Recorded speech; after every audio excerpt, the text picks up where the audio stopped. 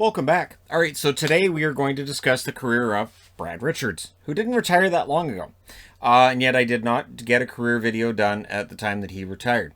He's a number 64 pick in 1998. And huge steal by Tampa at that spot. Stop me if you've heard before, Tampa Bay steals a guy in the draft. So 2000-2001, he debuts in the NHL, 82 games played, 21 goals, 41 assists, 62 points.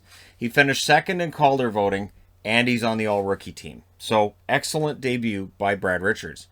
01-02, 82 games, 20 goals, 42 assists, 62 points. And this is where Tampa's still building up, right? So they're building up, they're getting better. This was a team that went through some really dark times and has since then as well. Tampa, for all their success, when it gets ugly in Tampa. But 2002, 2003, things start getting a lot better. 80 games, 17 goals, 57 assists, 74 points. So Richards, his output gets better points-wise. His assists are good.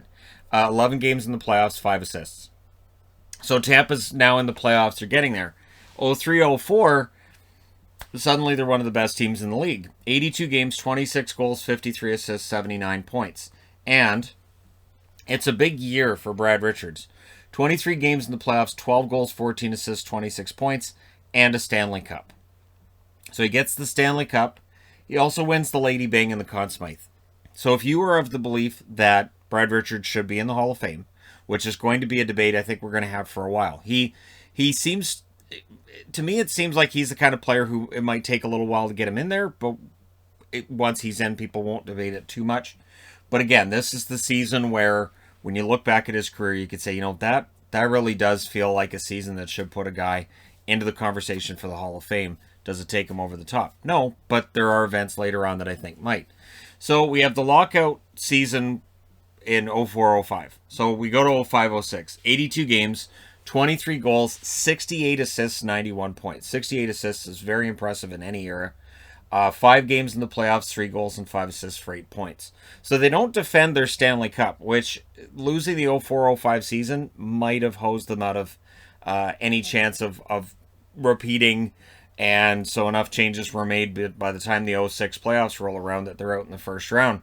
06-07, 82 games, 25 goals, 45 assists, 70 points. And in the playoffs, 6 games played, 3 goals, 5 assists, 8 points. So 2007-2008 rolls around, and this is where Tampa's starting to really have problems, and Richards ends up being traded. Now, prior to the trade, he has 62 games played, 18 goals, 33 assists, 51 points. February 26th of 2008, he is traded with Johan Holmqvist, goaltender, to Dallas in exchange for a 2009 fourth, Jeff Halpern, Jussi Jokinen, and Mike Smith. And Jussi Jokinen's going to bounce around a bit. Mike Smith, of course, was traded to Tampa with the idea that he was going to be their starter. And as a Dallas fan, I remember being kind of nervous because I thought, I love Brad Richards and all that, but Mike Smith's supposed to be the next starter. And Smith didn't have a great run in Tampa, but the team wasn't that great in front of him either. So after the trade, 12 games played in Dallas, 2 goals, 9 assists, 11 points. Dallas goes on a bit of a run in the 2008 playoffs. 18 games played by Richards, 3 goals, 12 assists, 15 points. He's very good in the playoffs. So that's a key thing with Richards if you're trying to make the argument about why or why not to put him in the Hall. His track record in the playoffs, I think, is a benefit. 2008-2009, he only plays 56 games, 16 goals, 32 assists, 48 points. We reach 2009-2010, 80 games played, still in Dallas, 24 goals, 67 assists, 91 points. And he was second in Lady Byng voting. So gentlemanly player, doesn't get a lot of penalty minutes, and 91 points on top of it. 2010-2011, 72 games, 28 goals, 49 assists, 77 points. And this is the only year that Brad Richards is in the All-Star game. Which I have to admit, putting this together kind of surprised me. I would have thought he would have played in more All-Star games than just the one.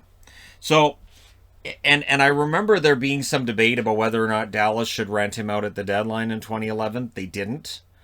Some debate about whether or not he would stay in Dallas. He didn't.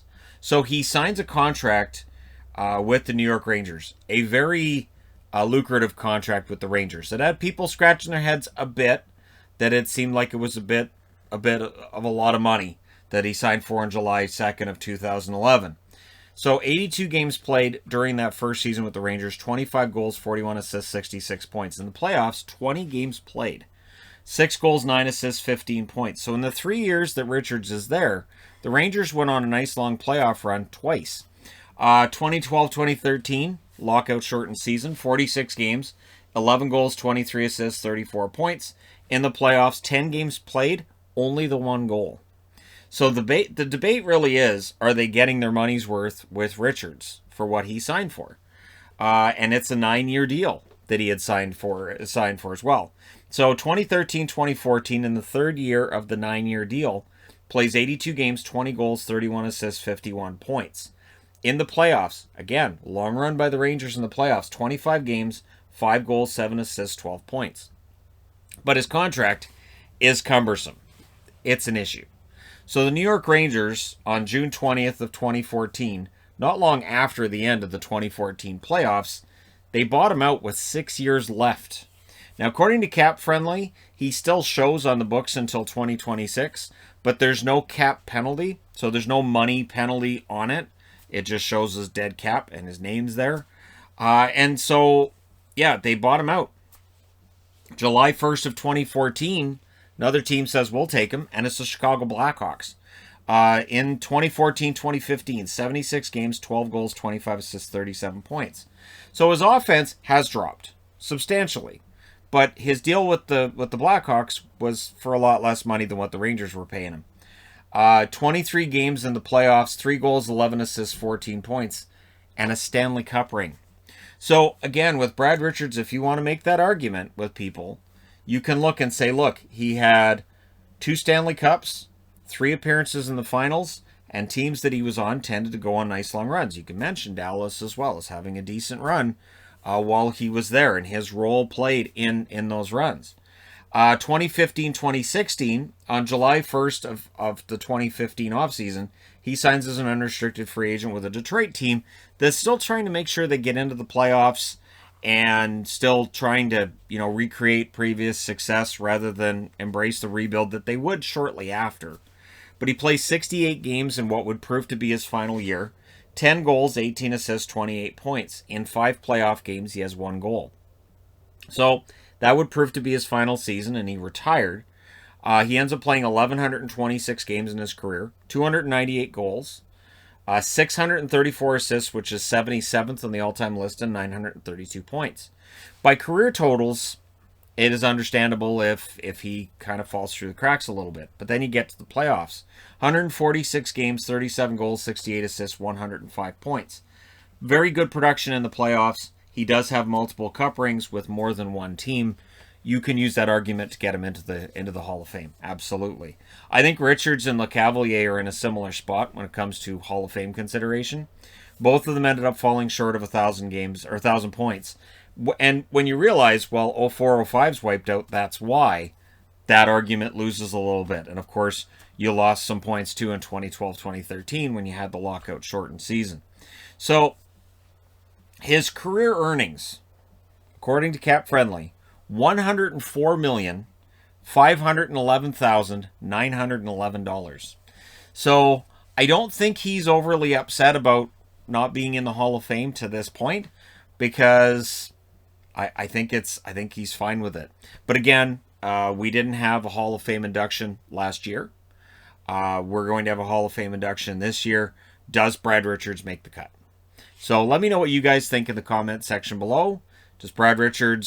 Does his career warrant a Hall of Fame spot? Is he in the Hall of Very Good?